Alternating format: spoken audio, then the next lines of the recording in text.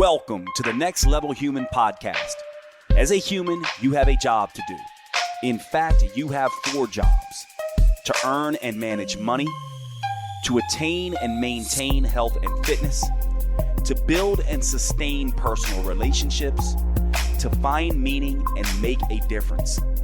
None of these jobs are taught in school, and that is what this podcast is designed to do. To educate us all on living our most fulfilled lives through the mastery of these 4 jobs. I'm your host, Dr. Jade Teta, and I believe we are here living this life for 3 reasons and 3 reasons only: to learn, to teach, and to love. In this podcast, I will be learning, teaching, and loving right along with you. I'm grateful to have your company. Here's to our next level.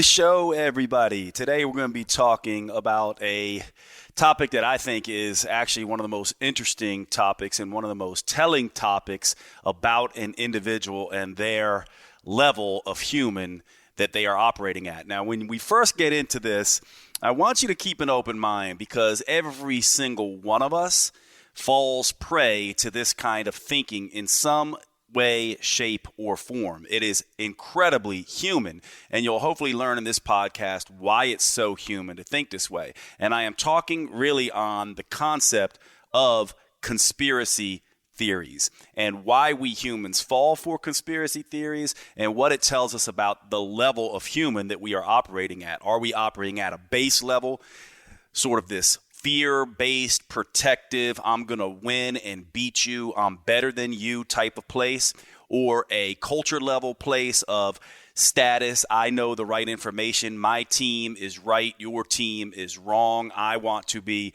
popular and be in the know and prove that you're not in the know and that I've got all the right information and the people you hang out with don't. Or a next level human who's more about, I want to grow, I want to learn from you if I can, I want to teach you if I can, I want to collaborate, I want to consult, I want to be in consideration of you. To me, this is all about growth. We're all in this together. Now, here's the interesting thing when we think about these 3 types of human. In the end, right, we're all of these things, right? So we're not one or the other. It's the reason I call this next level human and not higher level human, because all of us can go base level at times. As a matter of fact, our base level selves serve a role to some degree, don't they? This is our lizard brain self. It's our protective self. It's the part of us that gets most activated when we are uncertain and fearful. It's the part that wants to win and wants to dominate and wants to survive. And so obviously, if we are feeling fearful or uncertain, we're going through hardships, or we are annoyed or inconvenienced, we're far more likely to become more of our base level selves. Now, that's what I want you to think about. I want you to think about the percentage. Imagine this as a pie chart with 3 different aspects to this pie chart. What percent are you base level? Are you half? Are you 60% base level? What percent are you culture level? And what percent are you next level? I would argue that most individuals, the biggest chunk of their pie is coming from a very culture level place. It is, we just take the things that culture tells us, hook, line, and sinker. And this is an interesting discussion to have first, because I want to tell you that in some regards, base level humans and next level humans are a little bit more similar than base level humans are to culture level humans, or culture level humans are to next level humans. And the reason base level humans and next level humans are somewhat similar is because they do tend to both be independent thinkers. And in a sense, they pride themselves on being independent thinkers. So from a base level perspective, oftentimes these are the contrarians among us. They will disagree just to disagree. They will disagree just to be combative, right? Whereas our culture level selves oftentimes will disagree to seem more approachable to a particular team, right? So if we want to get in with a particular group, we'll disagree. Or if we've heard a particular story be told by our culture and then other people sort of counter that story, we will disagree. Culture level people disagree for those types of reasons, status type reasons. Base level humans disagree because they want to win. They're trying to beat you. It's not about fitting in like culture level. They're trying to win and beat you. Now, next level humans tend to oftentimes also disagree and think very independently, more independently than a culture level human. They're more like base level humans in that regard. Both of these types are very sort of independent in their thought processes. But a next level human comes at it from a place of growth, questioning culture level stories, right? Whereas base level people just want to disagree to win. Base level humans disagree and think independently because they want to grow. There's a big difference there, but at first you can kind of see that these can look sort of similar. So that's how you know a next level human is not about trying to beat you. A next level human is trying to grow. That's why when you get into a discussion with a next level human, it feels more like debate and mutual sort of consideration and listening than it does feel like an argument. If you get into an argument with a culture level human or a base level human, you'll see it feels very much like an argument. And base level types will tend to get very emotional and angry and really try to push their agenda down your throat. Culture level types will sort of appeal to the cultural sort of narratives.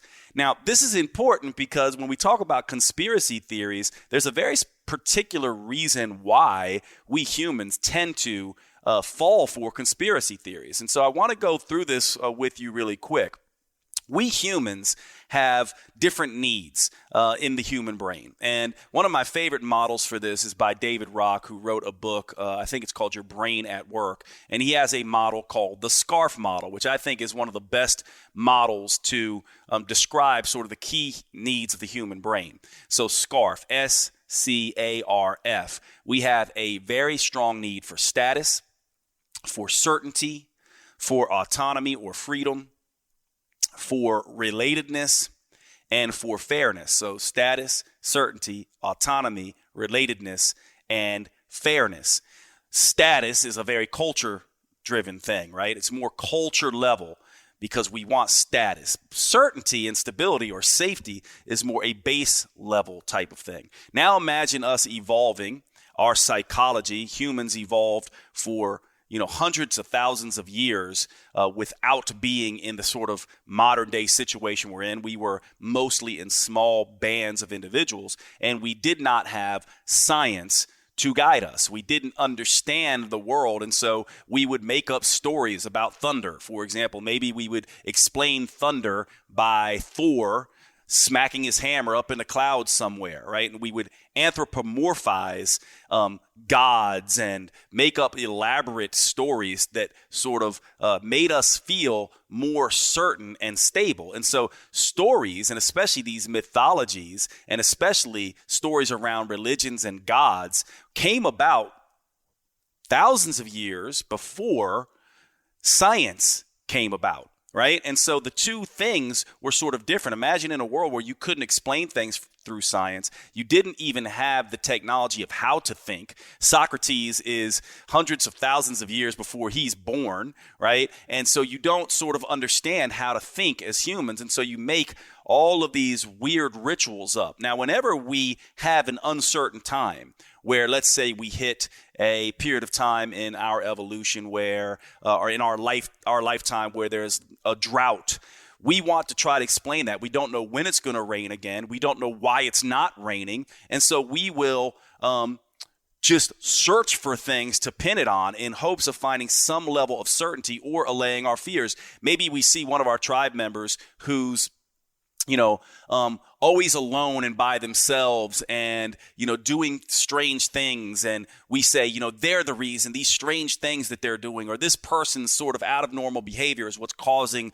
the drought. And then maybe we see another member do a dance and for a couple days in a row, and all of a sudden it rains. And so then we start saying, well, this dance must be, the thing that caused it to rain. So whenever it doesn't rain next time, we'll do a rain dance. And this is how these things have kind of come about. But the important thing to hear there is that when there is uncertainty, we will look around and try to, I'll use the terminology, just straight up make things up. We will literally just create things out of thin air that may or may not be true, and we will make them make sense. And so this is what happens in conspiracy theories. You ever wonder how conspiracy theories always are around events and things that are not completely explained and or are out of our control and or cause a lot of fear and uncertainty? All of a sudden, this is ripe land for conspiracy theories. And we humans have been doing this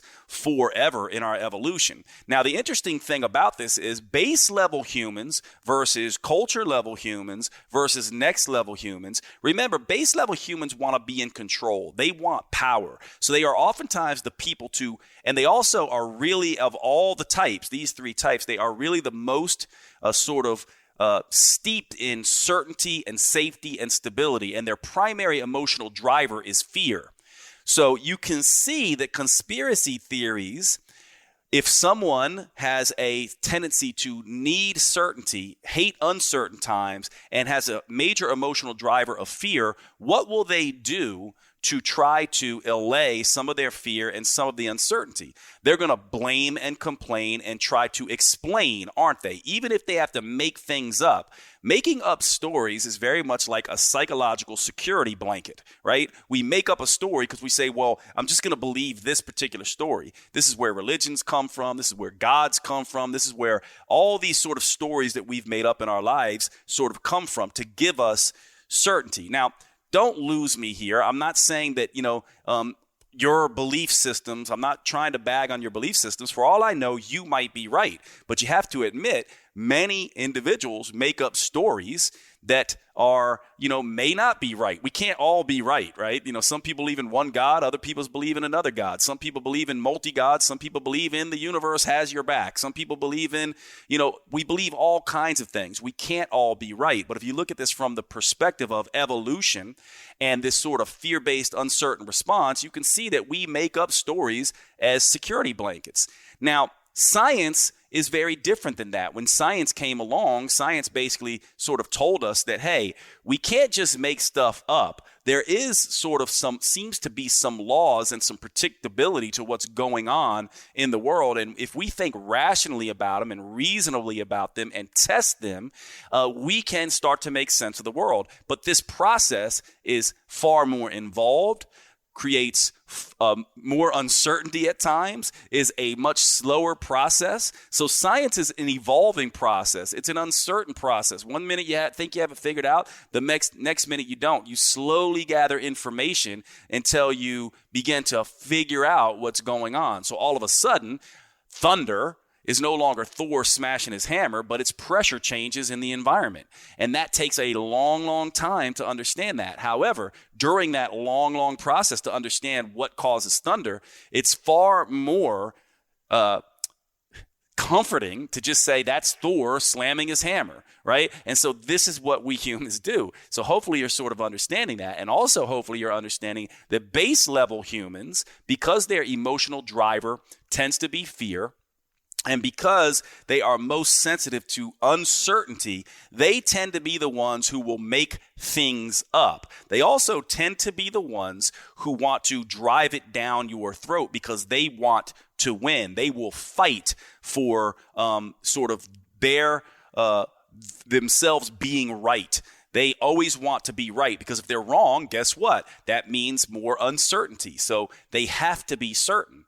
And so we humans are uncomfortable with open loops. We want to be able to explain what is happening and be certain about what is going on in our lives. And whenever we have an open loop, that is a ripe time for for base level thinking, fear and uncertainty type thinking to come in and try to fill in the gaps. And so hopefully now you're starting to understand why these things come up. If we have a situation where we have young children around the age when they get vaccines having illnesses like autism and things like that, you can see that base level types will try to make things up. Now, here's the interesting thing about this. It's not that base level humans are not intelligent. They're every bit as intelligent as culture level humans or next level humans. And remember, we're all of these things. So our base level selves can think. They're very intelligent. It's just that they're so biased and driven to be right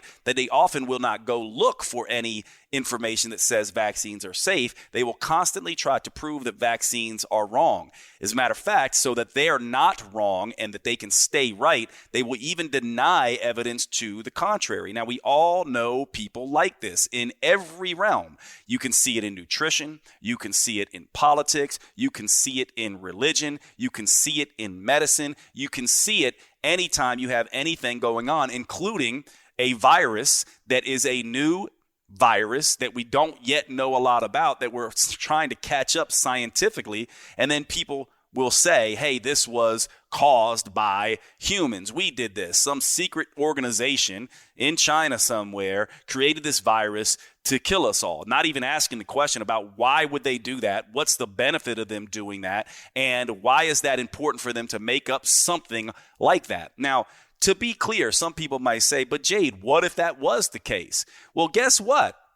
If that is the case, eventually science will kind of prove that out. But it seems completely ridiculous in the face of when you look at the sort of information that we've had. We've had novel viruses like this before. We've had SARS. We've had MERS. We've had the Spanish flu. We know where these things come from. We have virus hunters that go around, and their job is simply to go into villages and go into places and anesthetize rats and anesthetize bats, draw blood from them, and look for viruses. We know what these viruses are in certain animals, and we can see when they show up in humans, the type of virus. We also can take a virus, by the way, and take a look at it and see if there's genetic similarity to some other virus. In other words, there would be signatures on a virus that would make us be able to say, hey, this looks like it was designed in a lab. Our science is advanced enough to kind of see this. And so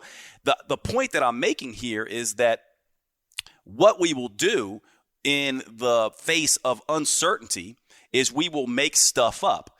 Now, there has been a lot of research into conspiracy theories. I'm not going to go on and on here, but I do want to give you the research. I just did a big deep dive into this because it's a fascinating subject. It comes up over and over again. And in my mind, what I see, and I think a lot of you will understand this when I say this, there's always a constant battle whenever we humans are in large groups and whenever there's mass uncertainty, as there would be in a pandemic. There's always a battle between base level humans and base level leaders who want to blame and complain and shirk responsibility and make things up. That's their natural tendency, versus next level humans who try to look for the possibility and the learning and try to deal with the sort of lesson at hand. A next level human is far more likely to want to put out the fire first and then start studying what they can learn from it. A base level human, oftentimes, instead of putting out the fire,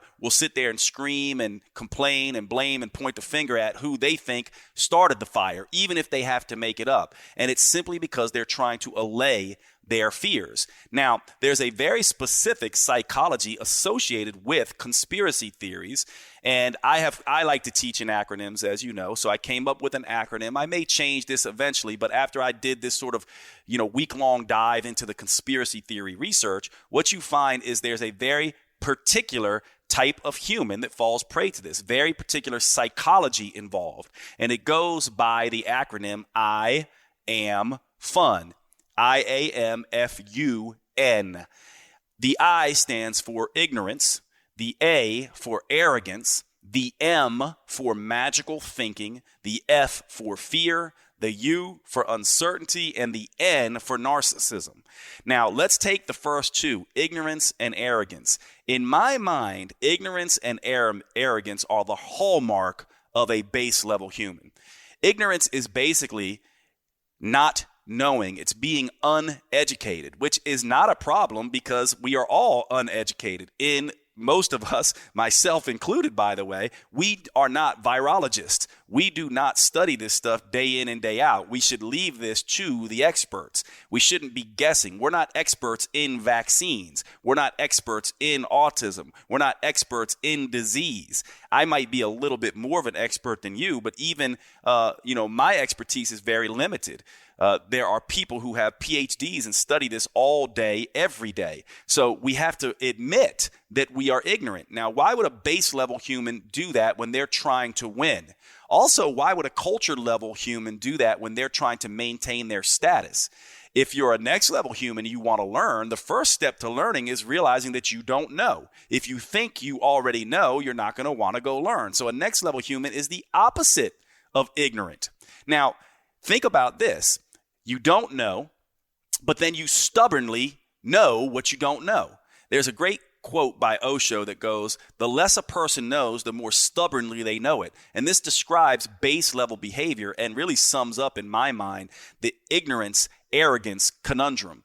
When you don't know what you're talking about, yet you stubbornly insist that you do, you are an ignorant and arrogant human. And that is a very dangerous combination, especially when you have a leader that does that. We've seen that throughout history, that ignorance and arrogance in powerful people causes messes and typically kills lots and lots of people. By the way, this is not a commentary on politics because I'm not on either side of the spectrum. I'm sort of right in the middle. I like good ideas and good people no matter where they come from. So I don't want people thinking that this is a commentary on our current leadership. There's good things about our current leadership and bad things about our current leadership. But ignorance and arrogance are the hallmark of base level leaders. And one other thing that I'll say here about base level leaders is that just like I talked about, sort of the similarity between next level humans and base level humans, sort of being these independent people, they also tend to be the people in power because they're the ones, think about a base level human who is arrogant as hell and is convinced that they know, is settling to some people. They go, oh, well, I crave certainty and this person seems to have it figured out. And so these ignorant, arrogant types can oftentimes, through other personality traits, can oftentimes be relatively charismatic as well at times and can become leaders. And so you typically end up with base level leaders and more next level leaders. And base level leaders have this ignorance and arrogance sort of thing going on. Now, when you take ignorance and arrogance and you combine it with magical thinking. Now, why would I call this magical thinking? Well, because this is actually what it's called in the research. Paranoia. Schizotypy. Paranoia means I think that people are out to get me. Schizotypy basically means that I think there are people talking to me and I see certain things, or I have sort of this belief that people are out to get me and people are plotting. And so this idea of paranoia and schizotypy, kind of schizophrenic type of personality traits, along with, some of these beliefs in age-old stories like astrology and magic and, old religious stories and mythology and ghosts and aliens and all of these things. Now, again, I'm not saying, anything about this other than we do not have evidence that any of these things exist. Yet people will continue to propagate that they actually do, right? And now it is even more funny to me because we're all walking around with devices and video cameras. Where are all the pictures of ghosts? And where are all the pictures of angels? And where are all the videos of these things showing up on our IG feeds every day? They're not there, right? Where are all the UFOs that were supposed to be around? How come we're not getting pictures? How come we're not seeing aliens walking around on the street on our IG stories, or hundreds of thousands of pictures of UFOs flying around everywhere? You simply don't see them. Now, again, that's not saying they don't exist, but it does point to the fact that we make up a lot of stuff, and right now the evidence is against potentially their existence. But we humans love making stuff up. We love this. Now, I believe, by the way, some of this stuff too. I'll tell you some of my magical thinking so you don't feel like I'm preaching at you. I have some magical thinking. One of my magical sort of ways of thinking is that I believe that when we go through life, we attract certain things. If we show up kind, kindness tends to find us. That if we're generous, generosity tends to find us. This is sort of that law of attraction thing you hear about. Well, I also know, while I believe this and like this belief, I also know it's completely made up. There's no evidence for it whatsoever, and it's kind of a ridiculous thought process. But I just choose to believe it because it seems to serve me. But it is still magical thinking in a way. Now, it could be right, it could be wrong, but how do we prove that? So when you take ignorance and arrogance along with magical thinking, paranoia, thinking that people are going to, are scheming against you, the belief in ghosts and all these things which are passed down from cultural sort of beliefs, our families telling ghost stories, that time you were driving, late at night and there was fog and you saw a ghost crossing the street, not realizing that science tells us our brain is meant to pick out shapes. It's the reason that when you look at a wall that has patterns to it, you'll pick out faces. We also, if we see swirling fog, we'll tend to, basically make shapes out of that. So I'm not saying that any of this, by the way, is not true. I'm simply saying it's magical thinking if it's not proven. And when you combine that with ignorance and arrogance, you start to have the ripe sort of mindset for conspiracy theories. Now add fear and uncertainty onto a tendency towards ignorance and arrogance and magical thinking. And all of a sudden, you have sort of the conspiracy theory sort of creative process going on in this person's brain. Then add narcissism to that, where it's all about the individual and all the attention needs to be on them. And you have someone raving and raging and ranting on your social media feeds about how this was some secret virus caused in blah, blah, blah lab somewhere, and all this stuff passing around. And then you have even some of the people who you might think are not prone to this, who are reposting these things, being like, I wonder, right? This kind of stuff, because they also, we have levels of this. You might be a level 10 conspiracy theorist. I might be a level 2 conspiracy theorist. Someone else might be a level 5. 2 meaning I'm not that prone to conspiracy theories, but I am human and we all have this sort of thought process going on, right? Versus a level 10 where it's like this person believes in every conspiracy theory. Now, the more higher up you go, the more base level you are as a human. The lower down you go, I think the less base level you are as a human. And you can basically test this with your friends and family who you feel like tend to operate at their base level selves more often. You can essentially go and then look and see their level of, are they people who like to learn? Are they open-minded? What's their level of arrogance? Are they growth? Do they live by the 3 parameters of learn, teach, and love? Are they kind? Are they generous? Are they honest? Are they all these next level human behaviors? And you can see whether or not you think they are more base level or not. And let's be clear, whenever you have fear and uncertainty, remember what we talked about before. Our base level psychology is protective. It's the thing that helped us fight and flee and get away. It's the thing that when we went down to the water hole and we went down there with Bob one day and a lion came and grabbed Bob and hauled him off, it's the thing, the base level part of us goes, the next time I go down to that water hole, I better look out. I better have some fear. I better have some uncertainty. I better bring a couple other friends with me and maybe a spear. And so base level behavior can be beneficial, but when you're operating in base level behavior all the time, what you're going to do is you're going to want to fight people. You're going to want to deny. You're going to want to be right all the time, and you're going to want to make stuff up, and you're going to be pretty ignorant and arrogant about it, along with this magical thinking and narcissism that comes along with it. And so I like to kind of just rank myself on this. Where am I on this conspiracy theory sort of continuum? Well, I'm down at the bottom. And the reason why is because I tend to be pretty rational and reasoned. But I'm also open-minded enough to say, hey, some of these things might be true. It's really interesting. One of the studies I read, and you all know this, everyone has played the game phone, right, where you basically whisper in one person's ear something, and then they whisper in the next person's ear, and it goes down this long chain, and then we tell the last person in the chain to say, what did you hear? And that person is saying something completely different than what the original person said. We all sort of know that game, right? Well, this is something that can happen with sort of this base level behavior. And whenever there's fear and uncertainty, this sort of game of phone sort of can come up, and ignorance and arrogance can kind of make itself sort of known in this regard. Whenever, especially when there's uncertainty, we tend to fill in gaps, right? We tend to put in our spin on the story. We tend to hear things a particular way. These information gets filtered through a particular perspective. So one of the things that I like to do is just assume I don't know what I don't know, and really try to pay very close attention and ask questions and be okay with not knowing.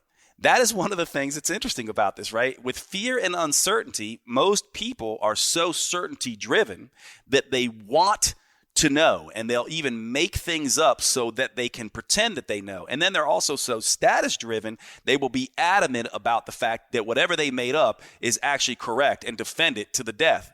And I mean that in history, some people have just made stuff up, have been so, sort of fear and uncertainty driven, and literally gone to wars have happened like this. And so you can kind of see where you are on this conspiracy theory continuum. Now, the final thing I'll say here is kind of the discussion that we've been having here is, how do we guard against this? Well, we go through that same acronym, I in fun, and we essentially start to say, well, ignorance. Well, if I don't know something about virology or immunity, let me go learn about it. Not from my favorite media source or my favorite politician or the first Google, sort of that I type in. And by the way, Google, based on what you type, is going to feed back your biases. And so one trick I use with Google is I try to think about, let me not put my bias in it. Actually, let me type in something else. For example, let's say I'm trying to prove that bromelain, a natural compound in pineapple, helps with cancer, right? Let's say I'm trying to prove that. I could type in bromelain helpful for cancer, or I can type in bromelain not helpful for cancer. I tend to go bromelain not helpful for cancer and search that instead of my bias that bromelain is helpful for cancer. I also tend to want to use scientific places like PubMed and not just random blogs on Medium somewhere with someone who has an opinion. We have to ask, where is this information coming from? We have to ask, who are the people giving the information? Are they actually experts in this realm? Do they actually have the requisite knowledge? So again, using that game of phone, if you're not someone who has a background in science, and someone gives you a scientific sentence, whispers it in your ear, and you try to translate it to the person next to you, it's going to come out pretty much like gobbledygook. It's not going to make much sense, and you're not going to understand it, and so you're going to have to translate it. So can you see how ignorance is a big piece here? So to deal with ignorance, go and try to get the education. Fill in the gaps. At the same time, arrogance is pretty easy. Just realize that you don't know what you don't know, that you cannot possibly learn anything if you are adamant that your way is correct. With arrogance, assume you're the dumbest person in the room. Assume that you are actually wrong. Take the sort of tact and the position that I don't know this. This is not my area of expertise. I'm going to keep an open mind and let people correct me. And sort of look at it like, what's wrong with being wrong? Arrogant people and culture level people do not want to see their status degraded. Next level people want to see their knowledge upgraded. So they will take a status hit in order to grow their knowledge base. Whereas culture level humans and base level humans won't do that. A base level human who says they don't know looks weak and therefore they can't win. A culture level person who says they don't know loses status and therefore they won't do that. A next level human has as their primary value system to learn and grow. So they have no problem saying they're wrong as long as there's growth on the other side of that. So you can see that coming at it from this point of view helps you in this. Magical thinking is simply just to say, where did my stories come from? Is that really true? Is it possible that that ghost that I thought I saw on that foggy morning was just the fog swirling around? Is it possible that the ghost that, my parents said haunted their house was just faulty electrical wiring and an old house that creaks when it got hot and cold in the middle of the night, right? And so these are the questions that you want to be asking yourself with the magical thinking piece, and ask yourself, am I paranoid? Am I really, one of these people that has some of these schizophrenic things? Am I making assumptions? Do I always feel like people are out to get me? What would be the motivation of the media? What would be the motivation of government? What would be the motivation of China or whatever to, do this? And how many people would it take? Going back to the game of, sort of phone again, when you look at the science on conspiracy theories, they actually look at lying, and they basically say, like, if I wanted to get two of my friends and go kill someone and try to keep it a secret, I might be able to do that. Now, if it's just me who killed someone and wants to keep it a secret, it's probably a good bet that I'm going to be able to keep that secret. Once I have someone else in the mix, my ability to keep that a secret goes way down. If I have 3 people in the mix, it goes down further. What research shows that once you go over about 5-6 people who are involved in a conspiracy or in a secret, you almost always cannot keep that a secret. It almost always will blow up. It becomes untenable, especially if you need to do things that take thousands. So imagine how many thousands of people would have to be involved on something like rigging the Twin Towers with, bombs over how many months, and no one's going to see that, and no one's going to say that they were involved in that. And so you can see that it is a problem to sort of, or you can see that it's not rational to think that these huge kind of conspiracy theories could even, propagate with that many people sort of lying. So yeah, maybe a CEO and a vice president can get together and say, we're going to, create, vaccines and make them dangerous so we can make extra money for ourselves. Certainly that seems, logical perhaps, and maybe that happens in a boardroom. But then you have the whole scientific community, right?